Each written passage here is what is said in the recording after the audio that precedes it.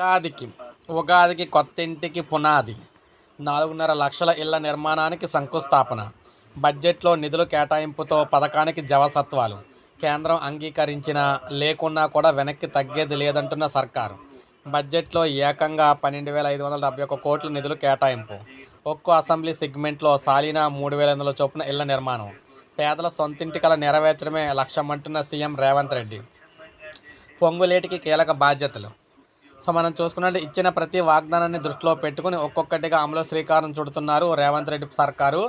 ఈ ఏడాది పేదల సొంతింటి కల సాకారం చేసే దిశగా చర్యలు వేగవంతం చేసింది.